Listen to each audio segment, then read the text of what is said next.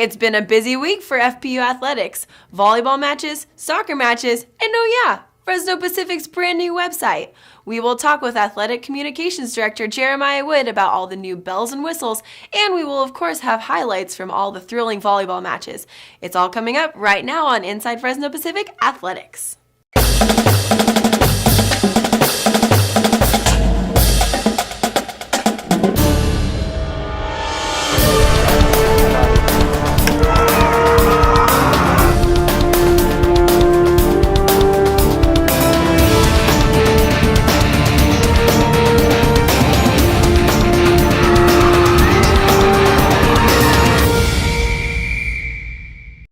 Welcome to Inside Fresno Pacific Athletics. I'm your host, Katie Rocca. The move to the NCAA Division II comes with a lot of new changes, including a completely overhauled website. We talked with Athletic Communications Director Jeremiah Wood about the new look, the new feel, and the new features to FPU's main hub for information.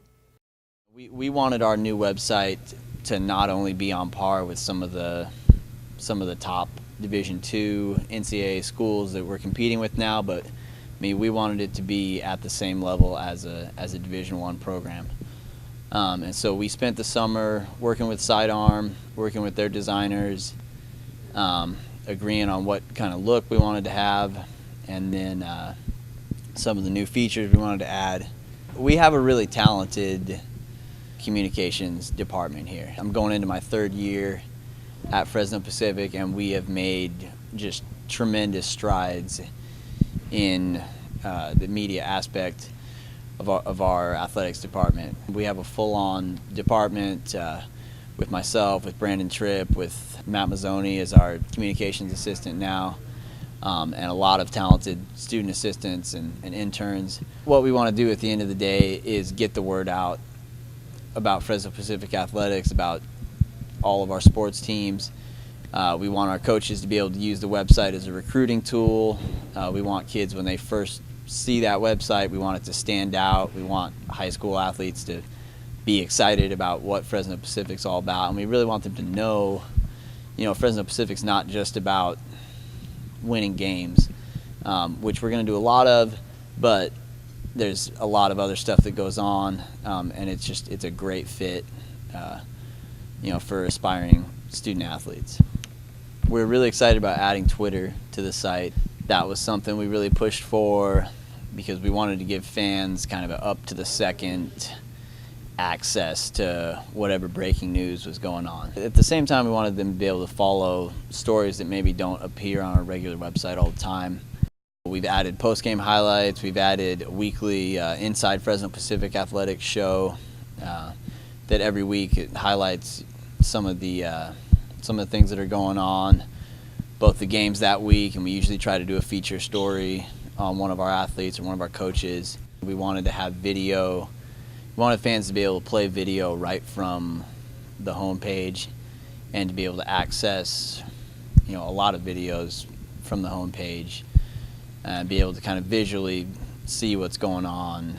We believe that we have a story to tell here, and part of that story is, on the field, the wins and the, championships that we've won here. But a big part of that is also, off the field, the relationships that are made and the friendships that are formed, and just there's a lot of unique things about this university that really make it, the Christ-centered place that it is, and we want to be able to highlight both the on-field success and the great stories that we have off the field.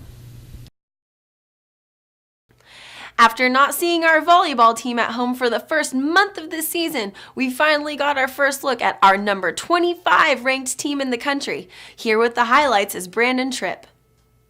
Let's start in Azusa. The Sunbirds in town to take on the Cougars. Sunbirds flying high with a 9-game win streak, but the Cougars were not going to go quietly. First set, Kathleen Anderson with a sneaky shot past the Azusa defense. Sunbirds down 5-2. The first two sets were really all about Azusa.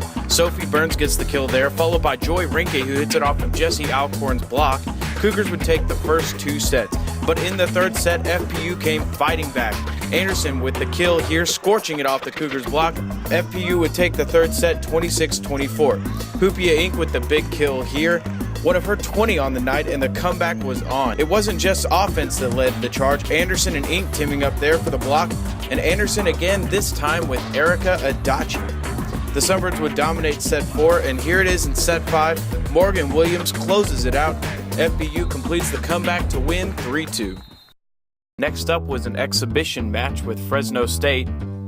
Sunbirds in the 8th annual Crosstown Showdown against Fresno State, and this one was a doozy. First set, all Bulldogs, who jumped out to an early 13-6 and were too much to handle in the first set.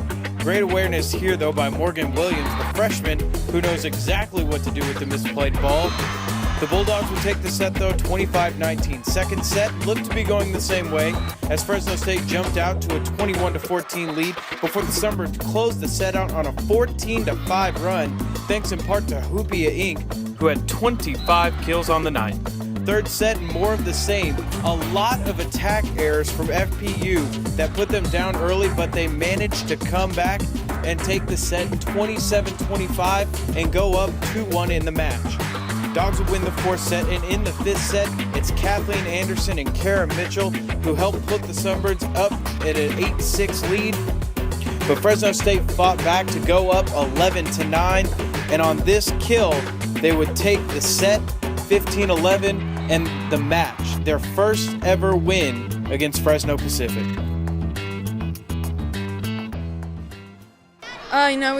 We let them go on a couple of major runs that kind of hurt us, and that happened throughout the whole match. I mean, in the first set, we were down 11-4 or something, and so those major runs really killed us, but we're just trying to regroup quick for our next game tomorrow. We dug ourselves a hole in every single one of them, and it's almost like we played better when we had to fight back, and so we need to learn to play every point like we're behind and like we're fighting, and we played very uptight, very tense, and we were able to just give them a ton of points in every single one of those, and we weren't able to play loose and play like we normally play. We didn't have the control of the match. We had a lot of hitting errors and a lot of service errors that we usually don't do. I mean, we were missing big today. Obviously, 40-25, that's a huge ratio, and we got to work on cutting that down. I mean, it's happened to us before, but we have to really work on minimizing those errors. It came down to our hitting errors, and I think we felt like we had to just, kill the ball, and really we just need to do what we're used to doing. And so they tried to play bigger and outside of themselves, and really we just need to learn to play within our own, potential, and we're good. And we didn't play as good as we could. We didn't execute very well. Sunbirds back at home for a matchup with Chaminade, looking to make it 11 straight wins, and they did just that. First set, Kathleen Anderson with the big kill, followed here by Jessie Alcorn. Sunbirds would take a 13-6 lead in the set. Lindsay Peterson had a night. The big kill there. She would lead FPU in kills with 9. Sunbirds take the set 25-13. Second set now, and it's Erica Adachi with the sneaky kill there. Sunbirds were up by as many as 7, but late in the set, the Silver Swords came roaring back. Chaminade went on an 8-1 run to pull even at 21, but the Sunbirds were not backing down as Peterson and Anderson team up for the block here, and Anderson with the set from Emily Carroll closes out the set 25-23. In the third set, it's Peterson again with the kill. Sunbirds take the set 25-20 and sweep the Silver Swords. We got some fresh legs out there. Lindsay and Michaela were outside this tonight, and they did an absolutely fabulous job. Kara and Hoopia last night took a lot of swings, and so we thought we'd give them the night off, and Lindsay and Michaela were great. Each match is going to be important because we don't play these teams, every single one of them twice, and Dominican right now is 3-0, so they've beaten everybody they've played in the Pac West, so we need to make sure that we take care of business over there. So. Thanks, Brandon. Here's a look at some of the action that is going on in Hawaii with FPU soccer. The men torched the Vulcans 6-0. Paul Eastlis recorded the second hat trick of his career as Fabian Ronhell and the Sunbirds defense kept Hawaii Hilo out of the net.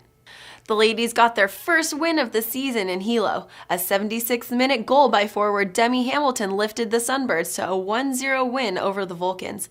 Sarah King and the defense recorded their third shutout of the season. On Monday, the teams traveled to BYU, Hawaii for a showdown with the Seasiders. The men scored 6 goals for the second straight game. Paul Islas, Alvaro Nogales, Rodrigo Viana, Bruno Pessoa, Alexis Hernandez, and Fabrizio Nazari all scored goals for the Sunbirds in the 6-2 victory. The women notched their 3rd tie of the season, finishing with a 1-1 double overtime draw against BYU Hawaii. Jay Slocum gave FPU the early lead before a 75th minute goal by the Seasiders knotted it up. With the draw, the Sunbirds moved to a 1-3-3 on the season. Men's water polo had a record-setting weekend in Merced, dominating both of their matches en route to 2 wins and the best start in the program's history at 7-1.